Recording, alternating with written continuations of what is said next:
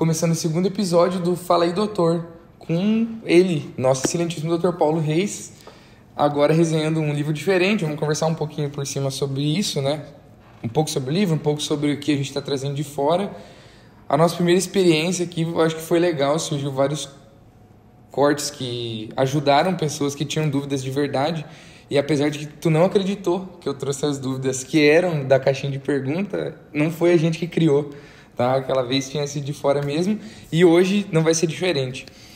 Eu acho que o primeiro ponto que é interessante a gente começar a falar, que a gente passou bem superficialmente na nossa primeira conversa, é o seguinte: a medicina do sono ela tem ficado em pauta e tem cada vez mais pessoas falando sobre ela, tá? E eu quero que seja sincero mesmo, não vamos ter papas na língua, mas assim, todo mundo sabe tudo sobre sono agora.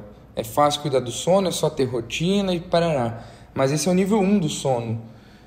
Eu acredito que tem alguma coisa que vai além disso. Além do durma 8 horas por dia, não beba tanta água antes de dormir, deixa uma luz amarela no ambiente. Acho que tem o nível 2 do sono, né? Além disso. Essa base é para uma pessoa que ela está com um ritmo desregulado e com hábitos desregulados, né? Normalmente, grande parte da população tem problemas no sono, realmente, são distúrbios de sono. E esse sim, além de fazer toda essa nuance de mudança de hábitos, sem dúvida nenhuma que vão ter que ser cuidados, porque são problemas. Da mesma analogia, a gente pensa assim, tem pessoas que a gente sabe o que comer.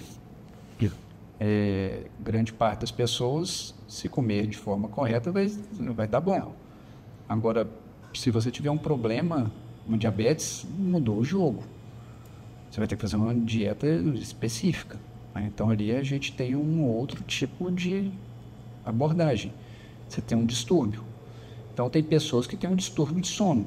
Não é simplesmente por questão de mau hábito. Então, por exemplo, a apneia de sono, a insônia, isso são distúrbios e que vão ser tratados como um problema específico. Lógico que a gente cuidar da higiene do sono, né, desses cuidados todos, faz parte do processo, sim, sem dúvida, é o básico. Mas são nuances que vão ter que ser cuidadas de uma forma mais profunda, individualmente. Sim, então é um complemento. Uma coisa que surgiu agora que, bem, a gente tem, eu que estou fora, não sou médico, mas leio um pouco sobre sono, eu tenho algum entendimento da coisa. Mas quando eu começo a olhar, por exemplo, o ronco e a apneia obstrutiva do sono, para você cuidar dela, você precisa cuidar de algumas nuances desse primeiro estágio, né? Ou não? Porque, por exemplo... O primeiro estágio que você fala é a questão dos cuidados básicos com o sono. Isso. Sim, acho que isso aí todo mundo deve cuidar disso. É o que eu falo, cuidado básico com sono, cuidado básico com alimentação, cuidado básico com atividade física, isso é geral, né? Faz parte, teoricamente, do processo de se cuidar da saúde. Sim, ter esse cuidado mais básico na ponta para depois, sim, ou junto, você cuidar do global. Sim. Perfeito. Eu comecei falando, citei que a gente ia falar sobre um livro, que é o Outlive, a gente até puxou alguma citação dele já em alguns conteúdos que a gente criou, e a gente falamos agora que existem 2 estágios do sono e tudo mais. Nesse livro, o autor até cita o sono como se fosse um doping lícito para os atletas. Então, os atletas de elite, as pessoas que se dão super bem, que fazem coisas incríveis, que não é todo mundo que faz, usam o sono. Alta performance, né? Isso, a alta performance utiliza muito o sono a seu favor. A pergunta é o que seria esse doping ilícito? Isso. Né? É porque assim, já está comprovado que uma boa noite de sono ela vai aumentar muito o seu rendimento, né? E essa performance não só da parte física, como da parte cognitiva. Então, por exemplo, existe um estudo em Stanford, que eles pegaram o time de basquete de Stanford e fizeram com que os atletas dormissem bem e se abstivessem de cafeína e álcool durante um período. O índice de arremesso assertivo aumentou em 9%. Então, assim, é isso que se considera um doping lícito. Conseguiu-se aumentar a partir de alternativas sono. Sim. O sono, literalmente, de forma direta, Aumentou a performance. Aumentou a performance. Aumentou a performance. Tá.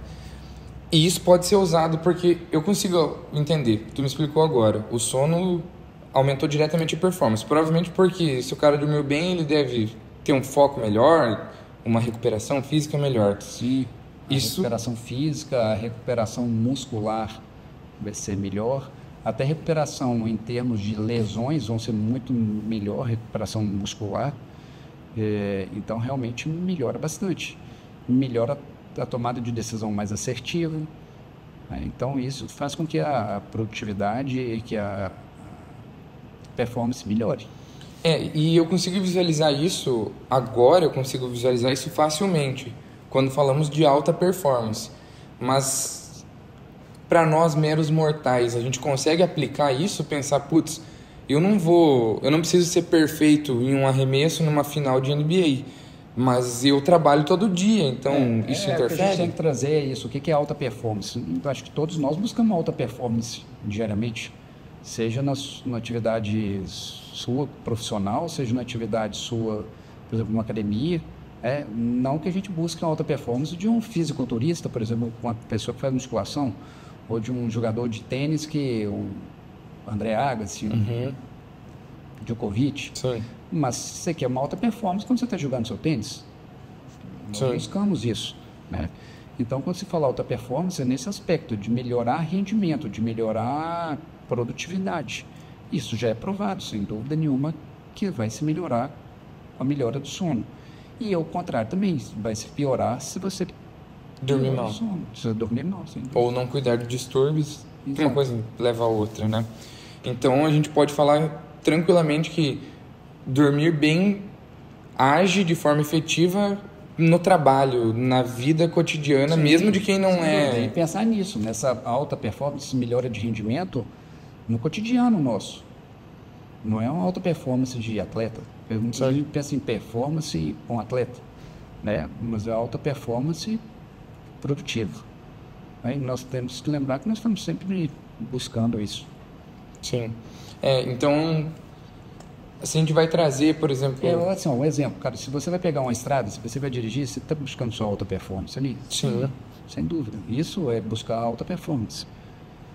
Por mais que você não queira ser um piloto, mas ali você tem que tentar buscar a melhor performance sua, para você chegar no seu destino sem um risco maior de acidente. Sim. Por segurança, por tranquilidade, enfim. Exato. Tá. O ponto que eu ia chegar agora era esse, porque eu vejo... Não sei até... Vou levantar 2 pontos e daí tu pode discorrer nisso. Primeira coisa que... Às vezes o cara tem um distúrbio do sono, nem sabe que tem pela baixa consciência disso, porque... Por exemplo, vamos ao caso do ronco e apneia, que é uma parte do nosso foco. O cara ronca, sufoca lá durante a noite, a mulher dele está avisando, mas nem sabe que isso é um distúrbio, que isso é algo grave, né? Ele não sabe que isso é um distúrbio, ele não sabe que isso influencia no dia a dia dele, e às vezes por ele trabalhar em alguma coisa, não sei se seria mais rústica a palavra, mas o cara que trabalha no agro, que está na estrada, que são umas profissões mais do pega mesmo, às vezes o cara nem sabe que isso influencia, não sabe que tem um distúrbio e vira uma bagunça. E às vezes o cara fala, não, eu ronco, mas eu estou trabalhando aqui e o pau está quebrando, né? Eu não sei se tu vê um baixo nível de consciência nisso. Sim, sem dúvida. Existe esse baixo nível de consciência porque as pessoas não têm noção ainda que às vezes o que ela vivencia do dia é consequência de uma noite mal dormida. Né? Então, você pegar uma pessoa dessa, ela pode às vezes... Vamos pegar, igual a gente citou anteriormente, o risco de acidente vai ser maior? Vai. Se ela está pegando estrada daí para ir para a fazenda, o risco de acidente pode ser maior. A tomada de decisão é influenciada, né? A sua resposta cognitiva ela vai ser mais lentificada, querendo você ou não, tendo consciência você ou não. Isso acontece. Isso vai acontecer. Eu falo muito, quem dorme mal, a probabilidade de o cara ganhar menos é maior. Sem dúvida, porque você vai produzir menos. E isso talvez não é tão fácil da pessoa enxergar, você né? não enxerga. Porque Você não consegue enxergar. Da mesma forma que um atleta... Vamos pegar um atleta. Você pegar um atleta de alta performance hoje associado com um atleta de alta performance de alguns anos atrás. Sim. Né? Não se existia essa consciência de dormir bem e alimentar bem e ter alta performance. Aí as pessoas tinham alta performance lá atrás muito mais pelo talento, muito menos pela questão De cuidados. cuidados. Hoje, isso aí já mudou. Então, assim, a pessoa tem um talento. Então, você pega um Cristiano Ronaldo, né? Nós estamos falando de altíssima performance aqui. Esse cara tem um talento, mas ele tem hábitos que favoreçam a alta performance. Esse cara, talvez, lá para trás, não seria o mesmo. Sim. Aí entra na questão da polêmica, né? Mas o Romário foi, né? Mas talvez Época diferente. em épocas totalmente distintas. Sim. Um Romário com hábitos de hoje, que são sabidos, né? Esse cara ia performar Melhor do que foi. Muito mais ainda. Muito mais do que foi. Sim. Né? Sim. Baixo nível de Entra consciência. naquilo, né? Você pegar igual a nuance. Essa pessoa ganhou bola de ouro? Ganhou. Sim. Ele foi bem. Mas ganhou nem na outra, ganhou 6, Sim. 7, sei lá, nem sei quantas. Sim. Então, assim, isso mostra a diferença. Né? Se o outro tivesse utilizado desse conhecimento que se tem hoje em relação a sono, em relação a preparo físico, em relação à alimentação, a performance de um Pelé seria Teria sido exponencial. diferente. Sim. Né? O cara já foi muito bom, mas seria muito melhor ainda. Sim. Tudo muda, desde o que ele fazia na época, como os cuidados que tinha, né? Sim. Então, se o cara nem sabia que existia, e daí a gente volta nisso, né? E, assim, é interessante porque muitas vezes isso gera polêmica, né? Mas o cara era bom, né? Mas assim, Ganhou era a 3 mesma Copas coisa do você Mundo. pensar assim, tinha jogador antigamente que fumava, Sim, sim, né? sim. E lógico que se sabe hoje que fumar é prejudicial para o fluxo pulmonar, sem dúvida nenhuma. Então Sim. aquilo afeta? Lógico que afeta. Né? Mas o cara era bom também? Sim, mas poderia ter sido Muito melhor. melhor. Sim. E a gente consegue correlacionar isso diretamente. Igual, eu não sei se você chega a receber isso no consultório, isso que eu citei, que eu usei como exemplo. Eu falei um exemplo que eu não sei se é verídico, que é isso do cara que não sabe que o ronco é o sinal da apneia, que é um distúrbio, que parará. E muitas vezes ele busca ajuda, mas ele busca por um motivo que muitas vezes ele não consegue associar outros motivos, outras situações que ele vivencia com o problema. Né? Então, muitas vezes vem, por exemplo, a apneia, isso normalmente vem pelo barulho. Ele está incomodando o parceiro, né? Ou está acordando muito cansado, mas ele não tem consciência de o que é. Sim.